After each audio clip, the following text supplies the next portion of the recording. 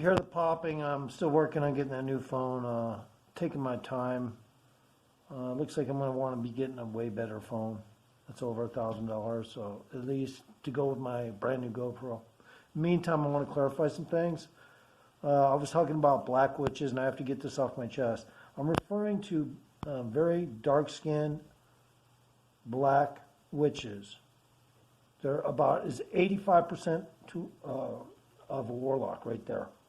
But they are capped at 15%. I did a video before this, but my hair was greasy, and I was like, you know what, just put a hat on, fuck it.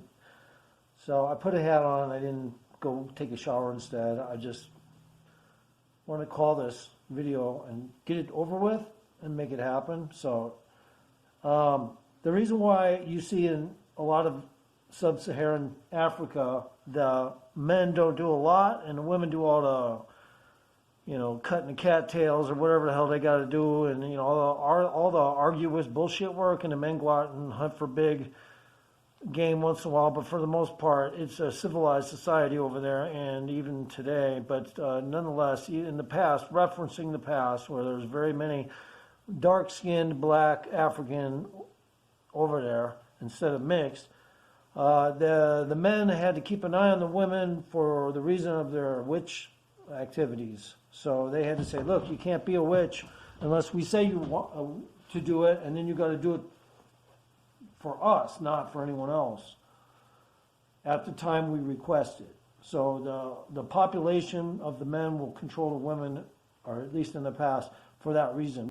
If not, they can become genies, and they can become surpassed warlocks. But of course, warlocks aren't really surpassed because we can manipulate time, so I just say that anecdotally, but truthfully they can surpass a warlock in power only because we follow etiquette and rules, and we protect the planet, kind of like we're actually just ground-based protectors. What we do is occasionally mix and match time events and circumstance, and we're told to do it a lot of times, but other times we're allowed to do it on our own. If we know for a fact it's going to, you just didn't get notified it's going to cause an issue, then you do it personally.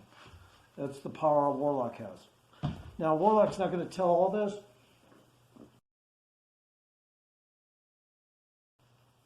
Because I'm a warlock whistleblower. So you're hearing it from a straight-up warlock. That's why the word black magic, though, is there. It's because, you know, people had to give it a name. It's like, well, those witches over there are extremely strong. We went over there with a giant army, and they made us all fall off a cliff. I don't know how, but the whole fucking army is missing. You know, except me, because I was behind. I'm, you know, the fucking second in command or something stays behind for the 2nd Infantry or whatever. But yeah, man, that's exactly you know, the kind of scenarios that could play out. Now, it doesn't mean it could take over the world like that. No, their objective is not to do that. They have separate interest levels, and they usually don't fit what you see with your visual capability. They have to translate into visual the stuff they're doing. That's why they're strong. They're 85% of a warlock, but they are capped from being as strong as a warlock. Generally are the strongest. They are men. There's a few female ones that are as strong, and supposedly there's a couple that are stronger, that are in, you know, a command situation. I'm not really supposed to talk about these ones, but I will say I'm allowed to say there is a few female warlocks. That's all I'm supposed to say. And they remain anonymous. And they are not black, by the way. There are white witches, for instance, over here, if you want to call them that, Caucasian witches, you know, East Asian witches, all kinds of different witches, but usually they only can make about 70 to 75% of a warlock, and they are automatically capped early because they can cause ruffles in the situations and shit, especially if they can manage to pull off a conjure that does manipulate time. We have to go and tape that shit up. So occasionally, even a 75% strong witch, capable witch, and when we're referencing just a white witch, can cause a time slip and a manipulation and fuck all kinds of shit up. And the reason why they do it is because they are a lot of them are what you call on the cusp of being genie rebels. They will go off and do their own thing. They can't manipulate time once they do that, though. And that includes the 85% black witch. Now, just because the black witch is stronger off the cuff, there's very few of them left, because They were original from the subatomic insertions and genetic stuff when they first dumped that stock here, as well we were dumped. This is a whole warehouse, this whole fucking Earth planet. It's a warehouse. So they want you to believe evolution and stuff, but really those are terraforming circumstances and stuff. When you see fossilized dinosaurs and stuff, it has to do with terraforming. It has nothing to do with anything else. They were in the process of terraforming the planet. 70% of the fossils you see, and I'm not kidding you, have been manipulated in time so that they appear to be fossils. I'm not kidding. Because they got like, there's some things I'm not allowed to talk about, and one of them is, dual planets and stuff. There are planets like this that are just the same in another location. But the populations are extremely different and stuff, but they're more or less the same genetic stocks, subatomic genetic stocks, and so forth. They're considered owned by the same companies and stuff like that, if you want to call it that. Company, because there are businesses with these kinds of beings. They work for outer dimensional beings. Interdimensional beings hardly interfere too much because usually they like to keep within the range of their physics capabilities, and for some reason outer physics and extensions are easier to adapt to than inner ones. Then don't ask me why that is, because I'm not supposed to answer every fucking question, right? This isn't an interview anyway.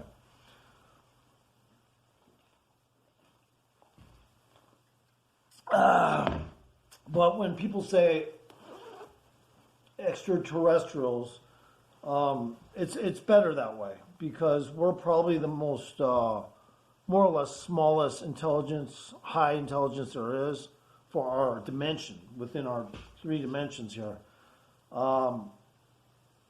High intelligence, but our knobs are intentionally start off turned down, so like it's a Marshall amp sitting in, like, think of it, humanity is a Marshall amp sitting in a music store, and the guy says, the volume, don't put it past 2. We could have problems because there's customers walking by. Okay, no problem. That's pretty much it. We're turned down. Now, there's a few of us that can become warlocks. There's 46 earthbound warlocks.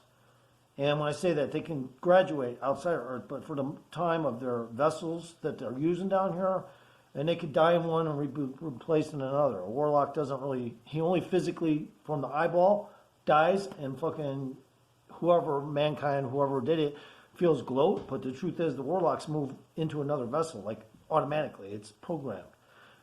That's what extraterrestrials do. There are certain warlocks that have to be protected, and those are the ones that are doing serious business.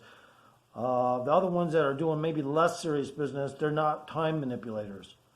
They're kind of like greenhorns. When I started out as a warlock, I didn't know I was a warlock already. I was just a greenhorn, but they don't want you to know you're a fucking greenhorn. They don't want you to know that because it'll fuck with you and your integrity and your fucking stamina, so they don't tell you that shit. They wait till you pick up and a few more linear years pass by, you can figure it out. But yeah, the creatures that, the domains they use can also be transferred. So occasionally you'll see creatures that don't exist here, and they call that cryptozoology. Those creatures are not necessarily by choice. Sometimes those creatures are dumped here for experimentation, laughter. There's a few extraterrestrials that get kicks of watching how we react to unusual creatures. And, kind of like their version of TV or MTV Cribs or something, they get to watch the reaction. It's like, oh yeah, hey man, dump that fucking rat in that fucking monkey cage and see what happens. That's what it's like. I mean, but those kind of rules are frowned upon. So any extraterrestrial, like you can do that, but I mean, it's kind of like teasing a population. It's kind of like animal abuse. It's not allowed by most extraterrestrials, but some extraterrestrials come by and they get a kick. They have their own. Not all of them have humor capability though, because they're by proxy only for commissioned work sequences and stuff. So some are super smart, but they're programmed kind of like biological and also transferable to synthetic robot. That means their biology can be auto-transmutated into hardcore, heavy-duty shit so that they don't get dabbed out by radiation or something. If they're coming through a part of the universe that's got a fucking gamma rays or something, or a pulsar, they can fucking avoid all those issues. So once in a while they have to transmutate into synthesize. But those ones are extremely, extremely advanced, and we don't see much of that shit over here. They do exist out there, though. So those type of extraterrestrials are higher commissioned warlocks. Most extraterrestrials are warlocks. By the time you're an extraterrestrial and you're outside of your planet in your solar system, you're considered a warlock. That's the fucking, I swear to God. Now, does it mean that we are creating all that shit to go out into space? No, most of it is a front job so they can keep us corralled. We're really not supposed to get too freaked out about moving about and shit because we're actually planned for a few different kinds of planets and stuff like that. So we haven't been sent out yet. We're actually still stocked in the warehouse.